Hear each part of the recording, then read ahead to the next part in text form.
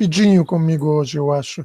Na verdade, eu quero só saber se vocês estão conseguindo ver, se já conseguiram ver os trabalhos para a semana que vem de antenas, para a gente discutir antenas. Em princípio, hoje a gente não vai discutir nenhum assunto, vai ser na semana que vem e na seguinte a discussão dos assuntos de antenas.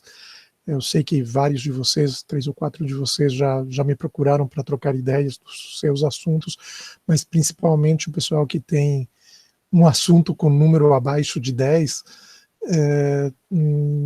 que eu queria que apresentasse na próxima segunda-feira. Então, esse pessoal, se quiser combinar até um horário para trocar ideias, ou se quiser comentar algo agora, a gente pode falar isso, senão eu libero vocês.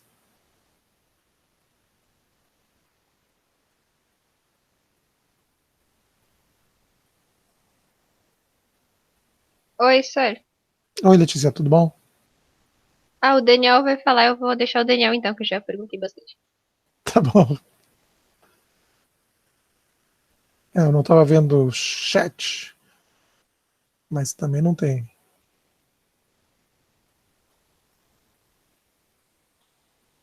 Tá, se ninguém vai falar mais nada, eu vou perguntar então. É que eu tava ali vendo o negócio do SWR, e daí eu vi que tem uma relação, né? Que daí se não tem. Tipo, se não muda o valor, no caso, se não tem reflexão, que não muda o valor dos picos da onda, daí a relação é 1 para 1. Mas eu não consegui entender depois a relação que tem entre a relação e a perda, porque eu peguei aqui no site do Newton Sebraga e dei, por exemplo, uma relação de 1 para 1,05 é uma perda de 0,06%. Eu não consegui entender qual cálculo é esse aqui. Tá. Na verdade, eu teria que ver exatamente o que, que é isso aí. Depois, de repente, tu me manda por e-mail. Mas, é, conceitualmente, eu gostaria que vocês separassem duas coisas, né? A atenuação é normalmente algo que a gente entende atenuação ao longo do trajeto, ao longo do cabo, ao longo do ar, né? Que é o que? É a diminuição da amplitude, porque a energia desse sinal está sendo transformada de alguma forma, está sendo recebida por microcircuitos de correntes, está gerando pequenas correntes, e essas correntes, enfim, é uma outra forma de energia que não a energia principal da onda.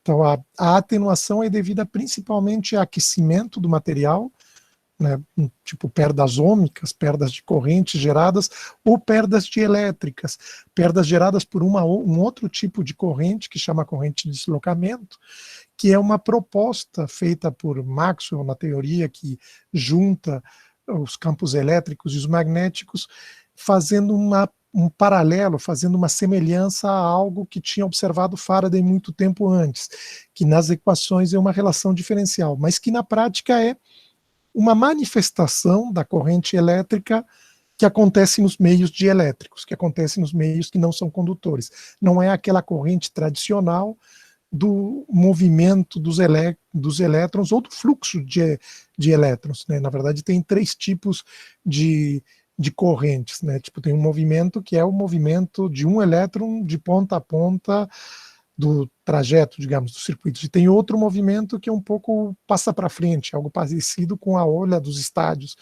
né? Que é a forma mais comum de corrente elétrica, uma vibração, um movimento local de um elétron que empurra o vizinho, que também vibra, que empurra o vizinho, que também vibra, e assim vai passando a mensagem, vai passando a corrente. A corrente de deslocamento é outra coisa, não é o movimento dos elétrons, acontece mesmo onde não há elétrons livres, e é, é, uma, é uma perda, digamos, que acontece também nos materiais que não são condutores. Então, o que acontece no ar, o que acontece em plásticos, por exemplo, em plásticos que formam a capa dos condutores ou que formam a proteção de antenas. Então, a atenuação, eu preferiria que vocês pensassem em atenuação nesses termos, em um processo de perdas que acontece ao longo de um caminho. A reflexão não, a reflexão é algo muito mais localizado.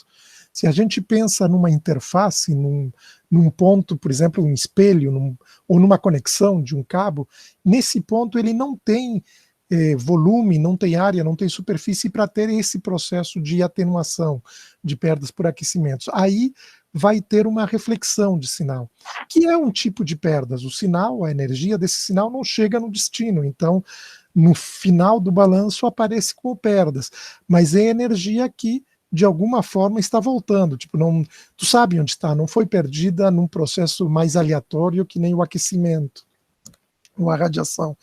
Então, esse processo de reflexão, ele acontece por conta de descasamento de impedâncias. Se a impedância entre os dois lados dessa fronteira, dessa interface, for diferente, se a impedância aqui enxergada para um lado e para o outro for diferente, vai acontecer essa reflexão. Se eu conecto dois dispositivos, se a impedância de saída do primeiro dispositivo for diferente da impedância de entrada do segundo, vai ter reflexão desse sinal, que no fundo sim acontece, pode ser tratado que nem perdas, mas no sentido de ser bem localizado, que eu gostaria que vocês pensassem como coisas conceitualmente diferentes em relação à atenuação.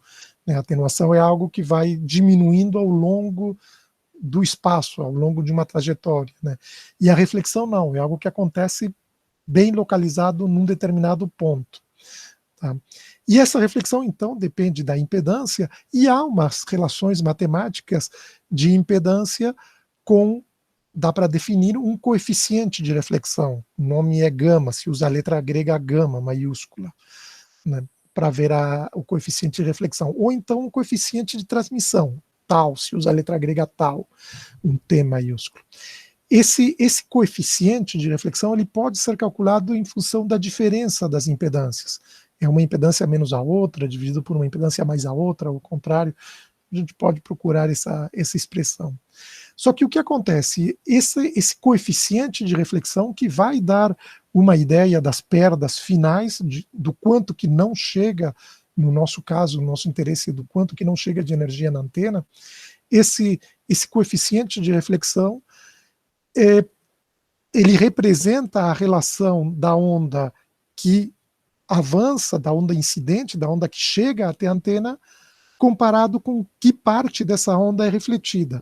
Se eu pudesse isolar essas duas ondas, eu poderia medir, por exemplo, eu jogo um pulso e eu meço a amplitude desse pulso. Isso seria uma ideia, eu teria uma ideia da amplitude da onda incidente. E se o pulso for desligado, eu vou poder ver, então, a reflexão. E eu vou poder medir o pulso refletido e comparar um e outro. Eu vou dizer, refletiu metade, ou 10%, enfim.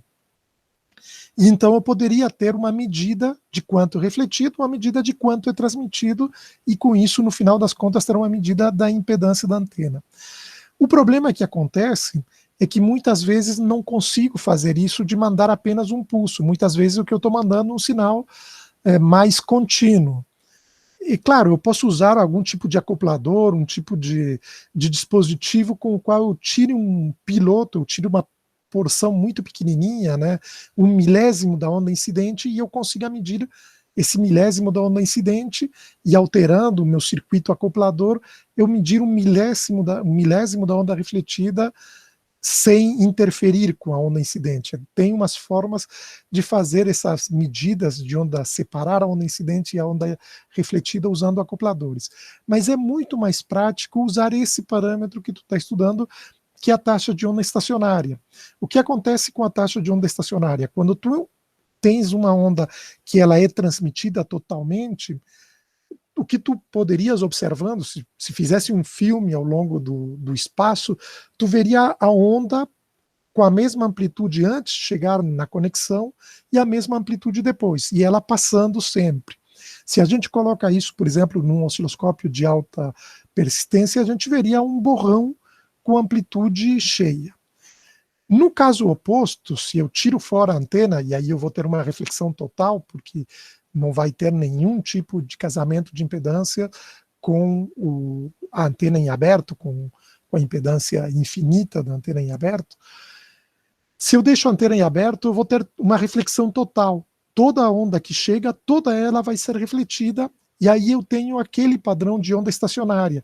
E esse padrão de onda estacionária, ele vai ter uma amplitude máxima em alguns pontos, e em outros pontos vai ter uma interferência destrutiva, vai ter uma amplitude mínima. Se eu somo, se parte da onda ela se propaga e parte refletida, o meu mínimo vai ser correspondente à parte que se propaga. Então, dá para fazer um cálculo da relação entre o máximo, né? Então, a faixa, na verdade, entre o mínimo e o máximo desse padrão de interferências é uma relação, essa largura é a quantidade de onda que é refletida. E toda a parte do borrão é a quantidade de onda que é transmitida. Então, com uma medida única, eu consigo fazer essa medida dessa relação de reflexão, dessa relação de quanto que o meu dispositivo está sendo eficiente em empurrar a energia até a antena para poder ser irradiado.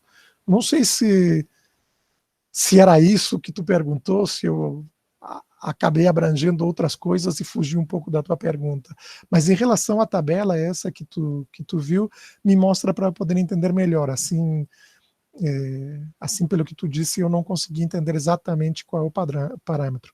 Há diferentes parâmetros, né? Então tem o gama, que é esse coeficiente de reflexão, tem o S11, que seria o mesmo coeficiente de reflexão medido em dB, é uma coisa que a gente faz muito. Se tu vê, eu falei de forma bem vaga a amplitude ou a magnitude da onda. E eu não estou dizendo se essa amplitude eu estou medindo em volts ou se eu estou medindo em watts. E a diferença de medir em volts ou medir em watts não é uma diferença linear, né? Os watts são os volts ao quadrado, dividido pela resistência, supondo que a resistência ou a impedância do meio é constante, é única, né? Então, mas de qualquer jeito é diferente, tu medir em volts ou medir em watts. Quando a gente converte para dB, a gente meio que pacifica essa dúvida, porque a gente calcula os dBs a partir dos watts como 10 log da relação de potência, e a gente calcula os dBs como 20 log a relação de tensões. E esses 20 logs, esse 2 que multiplica o 10, ele já está incorporando pela matemática, pela regra do logaritmo, da função logaritmo, o quadrado. Vocês já chegaram a ver logaritmos? Sim, né? Já viram logaritmos? Sim, sir. Tá. Então, vocês lembram dessa propriedade de logaritmo. Se eu tenho um logaritmo de um v ao quadrado, é a mesma coisa que 2 vezes o logaritmo de v. Então, 2 vezes ou 20 vezes o logaritmo da tensão é a mesma coisa, 20 vezes o logaritmo da tensão é a mesma coisa que 10 vezes o logaritmo da potência, em watts, já que a potência é o v ao quadrado, né? Então, tem essa relação que a gente pode fazer também entre o S11, que seria esse parâmetro de reflexão, muitas vezes expresso em dB, e o gama, que é o coeficiente de reflexão, e o SWR, que seria essa taxa de reflexão medida em cima da onda de tensão. Em inglês eles colocam um VSWR. A gente em português usa TOE, o ROE, taxa de onda estacionária ou relação de onda estacionária, e não coloca o Vzinho para dizer que a gente está fazendo essa proporção em termos de tensão. Mas, enfim, tem uma matemática para converter entre todos os parâmetros, são todos interconversíveis, e todos esses parâmetros vão ser usados depois na medida, junto com a impedância de entrada, na medida da largura de banda da antena. O que seria a largura de banda da antena? A largura de banda da antena seria a faixa de frequências em que a antena está funcionando minimamente bem, está funcionando de acordo com os parâmetros de desempenho. E o critério para o parâmetro de desempenho pode ser muito diferente. Eu posso dizer, se eu tenho uma antena, por exemplo, que ela precisa trabalhar com uma determinada polarização, eu posso colocar como parâmetro de desempenho que a polarização não varie muito, que fique perfeitamente, sei lá, vertical, por exemplo, se isso for importante para o meu sistema. Então eu vou considerar a largura de banda, nesses casos, a polarização ficar dentro de uma faixa de ângulos muito pequenas fora do vertical. Eu posso dizer que é importante para a minha antena ter um lóbulo central muito estreito, para ter muito ganho, para poder comunicar muito longe. Então, eu vou considerar a largura de faixa, a largura de banda da minha antena, eu vou considerar enquanto que o lóbulo principal for muito estreito, enquanto não tiver lóbulos laterais. Mas, normalmente, o parâmetro que se usa para definir a largura de banda é um parâmetro de impedância de entrada. É a impedância de entrada ficar, por exemplo, entre 25 ohms e 70 ohms, e isso significa, pela conversão entre essas grandezas, que o SWR dessa antena é menor que 2. Tem as equações que fazem essa conversão, e isso significa que a reflexão dessa antena é menos que 10%, ou o S11 é melhor do que menos 10 dB. Tem toda uma interconversão entre esses parâmetros. Aí eu acho que a gente podia fazer essa tabela de interconversão. Não sei se Letícia voltou, senão eu passo a palavra para o Eduardo Mack, que está com a mão levantada, e a gente volta a conversar se ela tiver mais dúvidas, se não conseguir responder o que ela perguntava. Eduardo Mack, fala. Professor, eu peguei a fórmula de Friis, acho que assim fala. Sim. Equação de Friis. É, equação de Friis. Tu quer que eu fale tipo, só da forma básica dela? Porque eu pesquisei, tem a forma básica que tipo, seria para ideal, né? Que não tem interferência nenhuma. Não, acho que tu podes agregar também as questões de perdas e até descasamento de impedância. A equação de Friis, que o Max está falando, é uma relação justamente dessa eficiência em termos de um enlace. Então, além de tu ter perdas por conta da atenuação ao longo do trajeto, além disso, tu tens perdas geométricas. Tem muitos fenômenos que dependem de leis quadráticas. Quando tu tens uma onda, por exemplo, a voz, uma onda de pressão, que ela se espalha no mundo, ou uma explosão, né, que se espalha naquele cogumelo mais ou menos esférico, a densidade de potência, então os watts por metro quadrado, eles vão diminuindo proporcionalmente à distância. É uma relação geométrica. Se eu tenho em cada janelinha, que é uma determinada porcentagem da minha esfera, eu tenho essa mesma porcentagem da energia, por exemplo, no caso de uma explosão, quer dizer, de uma antena que emite igual em todas as direções, ou quase igual em todas as direções, isso é uma antena isotrópica, eu vou ter, quando me afasto mais, essa janela aumenta, né? Quando eu dobro a distância, essa janela, cada uma das dimensões aumenta o dobro, então o tamanho, a área da janela aumenta 4 vezes, a minha densidade de potência diminui 4 vezes, diminui com o quadrado da distância. Então a equação de Friis mostra principalmente isso, que é uma lei quadrática, mas ela incorpora que nem todas as antenas, ou, na verdade, muito poucas antenas emitem que nem essa explosão que eu digo igual em todas as direções. Elas emitem mais concentradamente em algumas dimensões ou outras pela geometria, assim como uma lanterna emite mais luz para frente por conta do refletor côncavo, parabólico atrás dela, né? Então, a equação de Friis vai incorporar essa questão do ganho e, eventualmente, ela pode, num balanço de enlace mais complexo, ela pode incorporar desalinhamentos das antenas, até desvios de polarização, entre outras. Como o teu assunto, Mac, vai ser, acho que um dos últimos, vai ser só na outra semana, não no dia 15, no dia 22, aí tu vai poder te apoiar nas apresentações de todos os demais e fazer uma espécie de fechamento, incluindo essas questões de eficiência. Então, acho que tu consegue incorporar as equações de forma mais completa, com os parâmetros um pouco mais completos. Tá? Isso, deixa eu ver o que... Sim, e pode falar. sobre a apresentação, tipo, tu quer que eu fale tipo, de onde ela deriva, quais as aplicações, ou tu quer que eu fale tipo, bastante da propagação radioelétrica, né?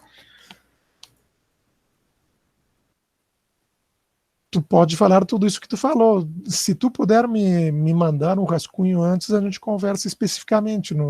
Eu te ajudo a completar o que eu acho que não está muito bem explicado, o que seja importante que esteja faltando. Tá, eu vou começar o trabalho, mas aí eu acho que nos próximos 2 horários de atendimento eu vou vendo contigo daí. Tá, me Porque chama acho que antes. o trabalho. Eu não fico de Certamente. plantão no link no horário de atendimento. Me dá Tá um bom. toque antes. Tá? Ou até pode Beleza. combinar qualquer outro horário. Em princípio, de manhã está um pouco mais fácil para mim essa semana, mas a gente combina qualquer horário. Tá? Combina algum horário.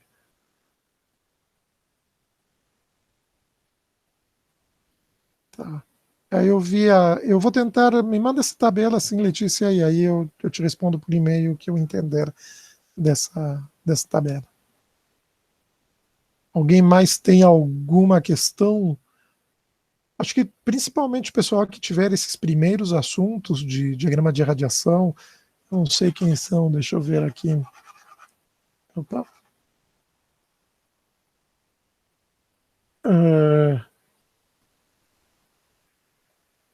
Para aqueles que já me escreveram aí, eu vou tentar completar ou responder para alguns, eu já respondi, mas pessoal que não escreveu, por exemplo, eu estou vendo aqui os dois, Daniel Zimmermann e Noga, estão com assuntos que são muito próximos, de repente vocês trocam ideias entre vocês, não sei se os dois estão por aí.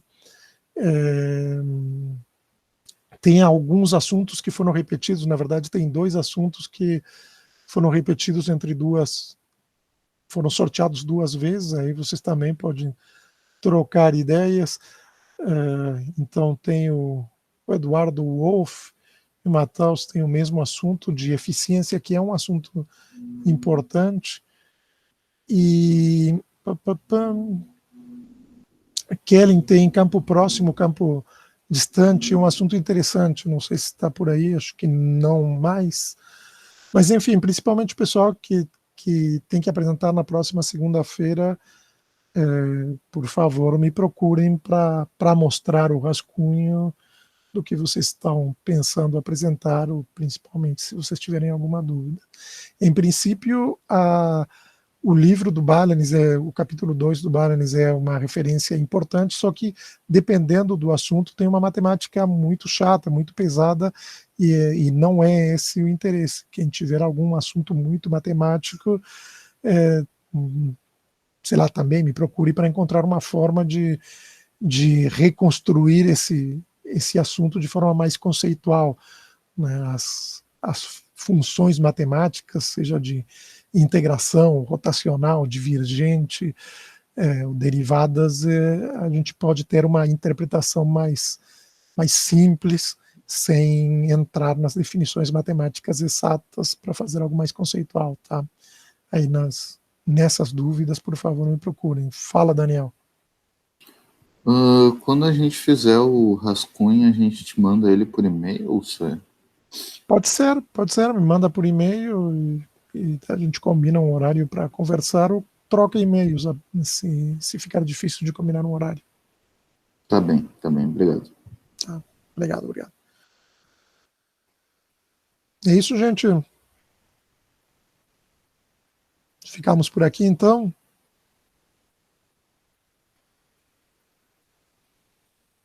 Então, pessoal, até mais. Boa semana. Tem que dar um parabéns para as mulheres. Hoje é 8 de março, para as meninas, mulheres, daqui a pouco. Parabéns. Até mais, pessoal. Até mais. Tchau. Tchau, Tchau, até.